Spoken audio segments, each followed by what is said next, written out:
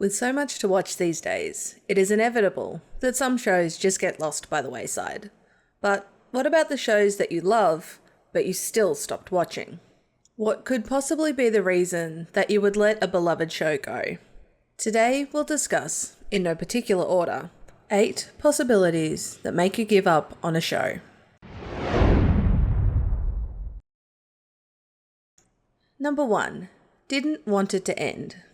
One reason you could stop watching a show that you love is because you don't want it to end. You are loving the world and the characters, but as the final episode looms, you just cannot bring yourself to watch it. You don't want to say goodbye. Leaving it open means that it can live on. And, if you're like me, you'll start the show all over again from the beginning.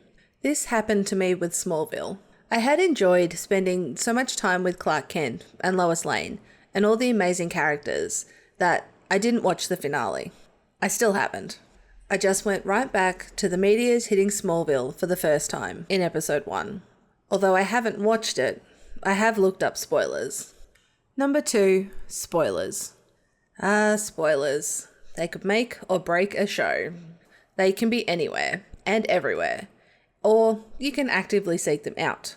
I did just this for Smallville, Lucifer, and How to Train Your Dragon, with all 3 giving me very different results. For Smallville, it was to see the ending without having to watch it all. I watched countless fan videos made here on YouTube and learnt enough that I was happy with the ending, but still didn't need to see it in full. For Lucifer, it got me through season 3. I got into Lucifer late. Without fan-made videos of where Lucifer and Chloe's relationship went, I would not have made it through season 3. This looking up stuff backfired for me with How to Train Your Dragon though. I have loved the series since the first minute on screen. You can check out my thoughts on this as a lead investigator over on Patreon. Link is in the description. When I found out they were making a 3rd movie, I was so excited, but then I also found out the way it ended. I don't know about you, but when I found out that they had to say goodbye to the dragons, I was never going to watch it, no matter how good the movie might be. I could not go into the show knowing that was going to happen. I suppose they say beware of spoilers for a reason. Number 3. Wanting it to end. Sometimes the show drags on too long, and you just want it to end. They don't introduce anything really new or interesting. So you finally reach a point where you are happy to make it the end and just walk away. My main one here has to be the Marvel Cinematic Universe. I loved Marvel and was there at the cinema day 1 for Avengers Endgame. To me, the story of Iron Man and Captain America were done, and so was the show. We had spent over 10 years getting to know all of these characters, and I was there for all of it, but it was time to move on. Number 4. Story assassination. Different from wanting a show to end because it's gotten boring, this is when a show changes so much that it is not the show that you loved anymore. Changing up a show is important to keep it interesting and running, but when the changes feel arbitrary, out of character, or just to cause conflict, then you've lost me. Vampire Diaries did this for me. They kept bringing in more powerful enemies just to create more conflict. It got even worse when they started using too much mind manipulation to set close friends and partners against each other, for no other reason than artificial conflict. It was never a great show to begin with, but man, it went downhill. Number 5. Too many feelings. In these times of binge watching, we can find ourselves having far too many feelings for a show, and you need to step away. I've found this can happen when you watch an older show with 22 episode seasons, because you can invest weeks into watching something, only to realize that it's almost become your personality. No? Just me? Sometimes it's fun to get lost in a show, but be careful which show you get lost with. I did this with Supernatural. It started out fun and light, with Sam and Dean trying to track down their father. Man, did it not stay that way. I binged watched nearly 10 seasons before I realized it was making me so depressed that I had to stop, and I've never gone back. Just the thought of trying again fills me with dread and a heaviness that is definitely not worth dealing with. I'm sure if you watched it as a weekly show over 10 years, it would not be as bad. But needless to say, don't binge watch this one. Number 6. Character assassination. Sometimes they change a character so much that you no longer like them. And sometimes they refuse to let a character learn and grow, so you get so frustrated with them being stupid that you cannot put up with them anymore.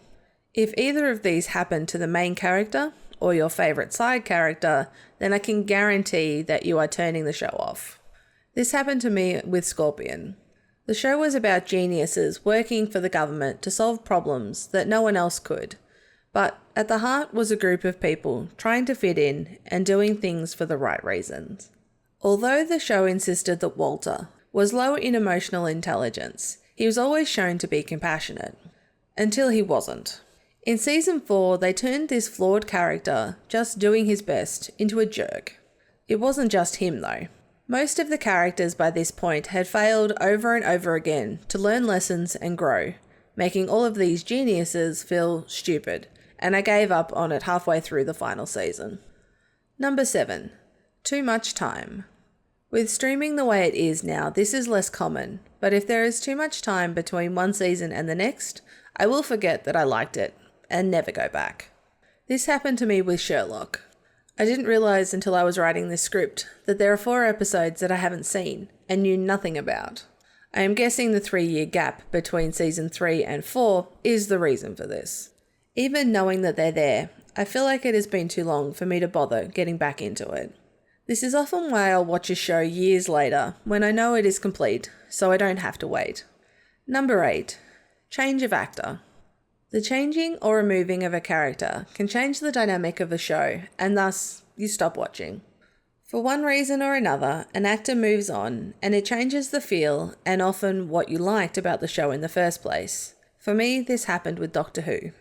Yes, I know, the whole premise of the show is the Doctor changes, but I couldn't get behind it.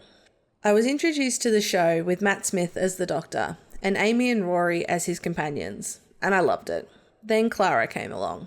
I was not a fan, but I pushed on. But then the Doctor changed. I really did try to like Peter Capaldi in the role, but with him and Clara, I was not having fun anymore, and I stopped watching. They were not bad in the role. It was just that the show wasn't what I signed up for anymore, and I haven't gone back since. Well, there you have it.